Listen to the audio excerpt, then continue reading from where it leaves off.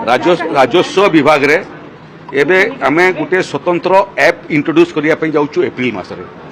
लोके caste certificate पाइबा पई मध्य तहसीलदार पाखु जाउथिले, लोके इनकम सर्टिफिकेट पाइबा पई तहसीलदार पाखु जाउथिले, लोके रेसिडेंशियल सर्टिफिकेट पई तहसीलदार पाखु जाउथिले। एबे जो ऐप आमे इंट्रोड्यूस करिछु मोबाइल ऐप हबो एवं मोबाइल रे घरे बसी करी जो राजस्व सेवा से माने पाइबा पई चाहुचंती घरे बसी करी मोबाइल रे आवेदन करि पारिबे। केउ व्यक्ति आवेदन कला केउ समय आवेदन कला सेटा पंजीकृत हेबो।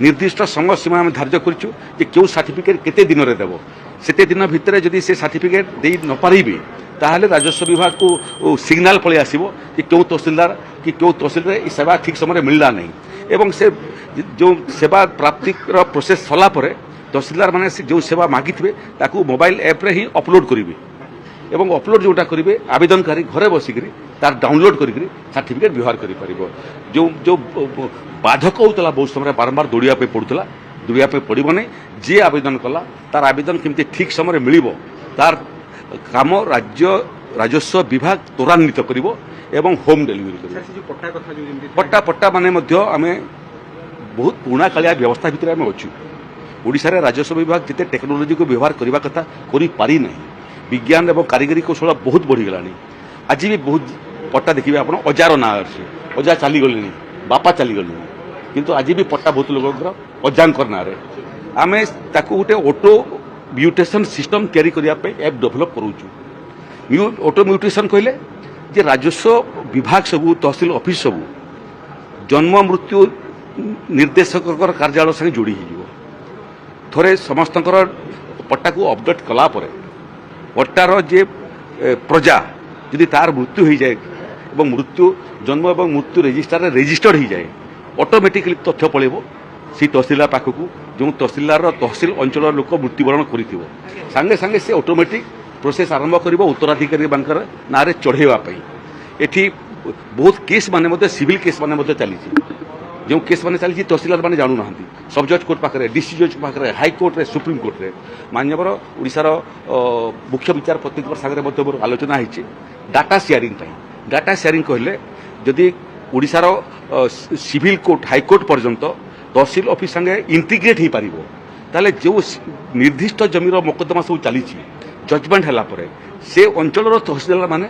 कौन जजमेंट है जानीपारे और तद अनुसार रेकर्ड संशोधन करें व्यापक चिंता करूँ समय सापेक्ष हम ठीक ठाक करने किंतु यहीटा संस्कार काम आरंभ हो जाइए लोकंर सहयोग गणमाध्यम सहयोग हेले आम या शेष सोपान नहीं पहुंचेबू।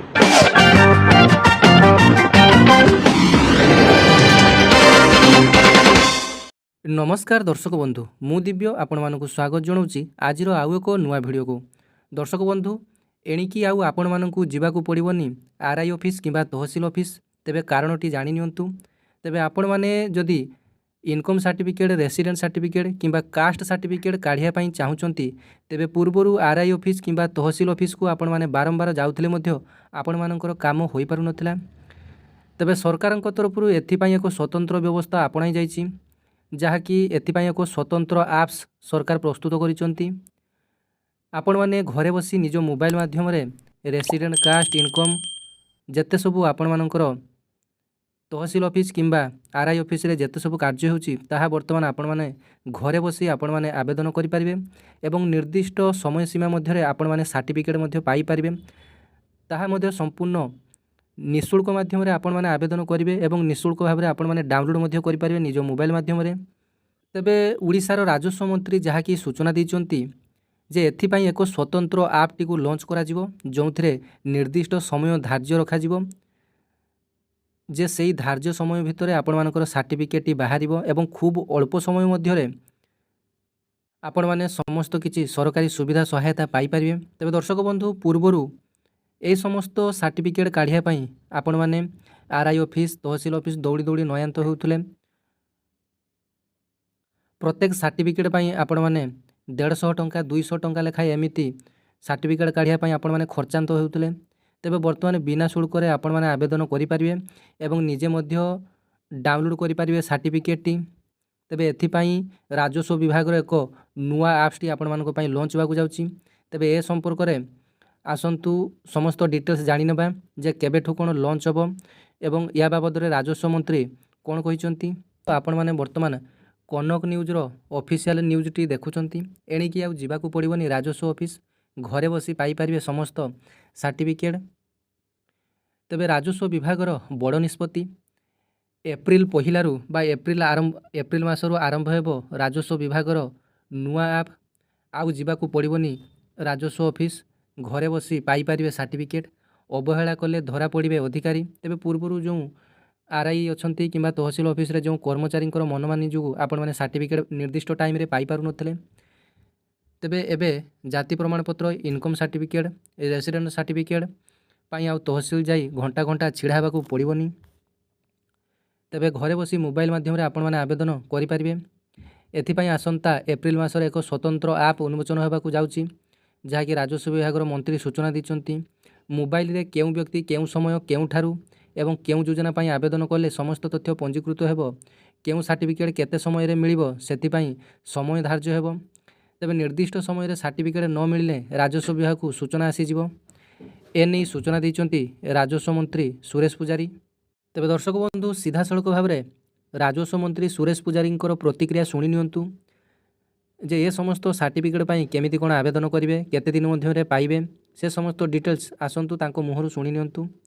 ରାଜସ୍ୱ ବିଭାଗରେ ଏବେ ଆମେ ଗୋଟେ ସ୍ୱତନ୍ତ୍ର ଆପ୍ ଇଣ୍ଟ୍ରୋଡ୍ୟୁସ୍ କରିବା ପାଇଁ ଯାଉଛୁ ଏପ୍ରିଲ ମାସରେ। ଲୋକେ କାଷ୍ଟ ସାର୍ଟିଫିକେଟ୍ ପାଇବା ପାଇଁ ମଧ୍ୟ ତହସିଲଦାର ପାଖକୁ ଯାଉଥିଲେ, ଲୋକେ ଇନକମ୍ ସାର୍ଟିଫିକେଟ୍ ପାଇବା ପାଇଁ ତହସିଲଦାର ପାଖକୁ ଯାଉଥିଲେ, ଲୋକେ ରେସିଡେନ୍ସିଆଲ ସାର୍ଟିଫିକେଟ୍ ପାଇଁ ତହସିଲଦାର ପାଖକୁ ଯାଉଥିଲେ। ଏବେ ଯେଉଁ ଆପ୍ ଆମେ ଇଣ୍ଟ୍ରୋଡ୍ୟୁସ୍ କରିଛୁ ମୋବାଇଲ ଆପ୍ ହେବ ଏବଂ ମୋବାଇଲରେ ଘରେ ବସିକରି ଯେଉଁ ରାଜସ୍ୱ ସେବା ସେମାନେ ପାଇବା ପାଇଁ ଚାହୁଁଛନ୍ତି ଘରେ ବସିକରି ମୋବାଇଲରେ ଆବେଦନ କରିପାରିବେ। କେଉଁ ବ୍ୟକ୍ତି ଆବେଦନ କଲା, କେଉଁ ସମୟରେ ଆବେଦନ କଲା, ସେଟା ପଞ୍ଜୀକୃତ ହେବ। ନିର୍ଦ୍ଦିଷ୍ଟ ସମୟ ସୀମା ଆମେ ଧାର୍ଯ୍ୟ କରିଛୁ ଯେ କେଉଁ ସାର୍ଟିଫିକେଟ୍ କେତେ ଦିନରେ ଦେବ। ସେତେ ଦିନ ଭିତରେ ଯଦି ସେ ସାର୍ଟିଫିକେଟ୍ ଦେଇ ନ ପାରିବେ ତାହେଲେ ରାଜସ୍ୱ ବିଭାଗକୁ ସିଗ୍ନାଲ ପଳେଇ ଆସିବ ଯେ କେଉଁ ତହସିଲଦାର କି କେଉଁ ତହସିଲରେ ଏ ସେବା ଠିକ୍ ସମୟରେ ମିଳିଲା ନାହିଁ। ଏବଂ ସେ ଯେଉଁ ସେବା ପ୍ରାପ୍ତିର ପ୍ରୋସେସ୍ ସରିଲା ପରେ ତହସିଲଦାର ମାନେ ଯେଉଁ ସେବା ମାଗିଥିବେ ତାକୁ ମୋବାଇଲ ଆପ୍ରେ ହିଁ ଅପଲୋଡ଼ କରିବେ ଏବଂ ଅପଲୋଡ଼ ଯେଉଁଟା କରିବେ ଆବେଦନକାରୀ ଘରେ ବସିକରି ତାର ଡାଉନଲୋଡ଼ କରିକି ସାର୍ଟିଫିକେଟ୍ ବ୍ୟବହାର କରିପାରିବ। ଯେଉଁ ବାଧକ ହେଉଥିଲା ବହୁତ ସମୟରେ ବାରମ୍ବାର ଦୌଡ଼ିବା ପାଇଁ ପଡ଼ୁଥିଲା, ଦୌଡ଼ିବା ପାଇଁ ପଡ଼ିବ ନାହିଁ। ଯିଏ ଆବେଦନ କଲା ତାର ଆବେଦନ କେମିତି ଠିକ୍ ସମୟରେ ମିଳିବ ତାର କାମ ରାଜସ୍ୱ ବିଭାଗ ତ୍ୱରାନ୍ୱିତ କରିବ ଏବଂ ହୋମ୍ ଡେଲିଭରି କରିବ। ପଟ୍ଟା ମାନେ ମଧ୍ୟ ଆମେ ବହୁତ ପୁରୁଣା କାଳିଆ ବ୍ୟବସ୍ଥା ଭିତରେ ଆମେ ଅଛୁ। ଓଡ଼ିଶାରେ ରାଜସ୍ୱ ବିଭାଗ ଯେତେ ଟେକ୍ନୋଲୋଜିକୁ ବ୍ୟବହାର କରିବା କଥା କରିପାରି ନାହିଁ। ବିଜ୍ଞାନ ଏବଂ କାରିଗରୀ କୌଶଳ ବହୁତ ବଢ଼ିଗଲାଣି। ଆଜି ବି ବହୁତ ପଟ୍ଟା ଦେଖିବେ ଆପଣ, ଅଜାର ନାଁ ଅଛି, ଅଜା ଚାଲିଗଲେଣି, ବାପା ଚାଲିଗଲେଣି, କିନ୍ତୁ ଆଜି ବି ପଟ୍ଟା ବହୁତ ଲୋକଙ୍କର ଅଜାଙ୍କର ନାଁରେ। ଆମେ ତାକୁ ଗୋଟେ ଅଟୋ ମ୍ୟୁଟେସନ୍ ସିଷ୍ଟମ୍ ତିଆରି କରିବା ପାଇଁ ଆପ୍ ଡେଭଲପ୍ କରୁଛୁ। ଅଟୋ ମ୍ୟୁଟେସନ୍ କହିଲେ ଯେ ରାଜସ୍ୱ ବିଭାଗ ସବୁ, ତହସିଲ ଅଫିସ୍ ସବୁ ଜନ୍ମ ମୃତ୍ୟୁ ନିର୍ଦ୍ଦେଶକଙ୍କର କାର୍ଯ୍ୟାଳୟ ସାଙ୍ଗେ ଯୋଡ଼ି ହୋଇଯିବ। ଥରେ ସମସ୍ତଙ୍କର ପଟ୍ଟାକୁ ଅପଡେଟ୍ କଲା ପରେ ପଟ୍ଟାର ଯେ ପ୍ରଜା ଯଦି ତାର ମୃତ୍ୟୁ ହୋଇଯାଏ ଏବଂ ଜନ୍ମ ଏବଂ ମୃତ୍ୟୁ ରେଜିଷ୍ଟ୍ରାରରେ ରେଜିଷ୍ଟର୍ଡ ହୋଇଯାଏ, ଅଟୋମେଟିକାଲି ତଥ୍ୟ ପଳାଇବ সেই ତହସିଲଦାର ପାଖକୁ। ଯେଉଁ ତହସିଲଦାରର ତହସିଲ ଅଞ୍ଚଳର ଲୋକ ମୃତ୍ୟୁବରଣ କରିଥିବ, ସାଙ୍ଗେ ସାଙ୍ଗେ ସେ ଅଟୋମେଟିକ୍ ପ୍ରୋସେସ୍ ଆରମ୍ଭ କରିବ ଉତ୍ତରାଧିକାରୀମାନଙ୍କର ନାଁରେ ଚଢ଼େଇବା ପାଇଁ। ଏଠି ବହୁତ କେସ୍ ମାନେ ମଧ୍ୟ ସିଭିଲ୍ କେସ୍ ମାନେ ମଧ୍ୟ ଚାଲିଛି। ଯେଉଁ କେସ୍ ମାନେ ଚାଲିଛି ତହସିଲଦାର ମାନେ ଜାଣୁନାହାନ୍ତି। ସବ୍ ଜଜ୍ କୋର୍ଟ ପାଖରେ, ଡିଷ୍ଟ୍ରିକ୍ଟ ଜଜ୍ ପାଖରେ, ହାଇକୋର୍ଟରେ, ସୁପ୍ରିମକୋର୍ଟରେ। ମାନ୍ୟବର ଓଡ଼ିଶାର ମୁଖ୍ୟ ବିଚାରପତିଙ୍କ ସାଙ୍ଗରେ ମଧ୍ୟ ମୋର ଆଲୋଚନା ହୋଇଛି ଡାଟା ସେୟାରିଂ ପାଇଁ। ଡାଟା ସେୟାରିଂ କହିଲେ ଯଦି ଓଡ଼ିଶାର ସିଭିଲ୍ କୋର୍ଟ, ହାଇକୋର୍ଟ ପର୍ଯ୍ୟନ୍ତ ତହସିଲ ଅଫିସ୍ ସାଙ୍ଗେ ଇଣ୍ଟିଗ୍ରେଟ୍ ହୋଇପାରିବ, ତାହେଲେ ଯେଉଁ ନିର୍ଦ୍ଦିଷ୍ଟ ଜମିର ମକଦ୍ଦମା ସବୁ ଚାଲିଛି ଜଜମେଣ୍ଟ ହେଲା ପରେ ସେ ଅଞ୍ଚଳର ତହସିଲଦାର ମାନେ କ'ଣ ଜଜମେଣ୍ଟ ହେଲା ଜାଣିପାରିବେ ଏବଂ ତଦ ଅନୁସାରେ ରେକର୍ଡ ମଧ୍ୟ ସଂଶୋଧନ କରିପାରିବେ। ବ୍ୟାପକ ଚିନ୍ତା କରିଛୁ, ସମୟ ସାପେକ୍ଷ ହେବ ଠିକ୍ଠାକ୍ କରିବା ପାଇଁ, କିନ୍ତୁ ଏଇଟା ସଂସ୍କାରର କାମ ଆରମ୍ଭ ହୋଇଯାଇଛି। ଲୋକଙ୍କର ସହଯୋଗ, ଗଣମାଧ୍ୟମର ସହଯୋଗ ହେଲେ ଆମେ ଏହାକୁ ଶେଷ ସୋପାନରେ ନେଇକି ପହଞ୍ଚାଇବୁ।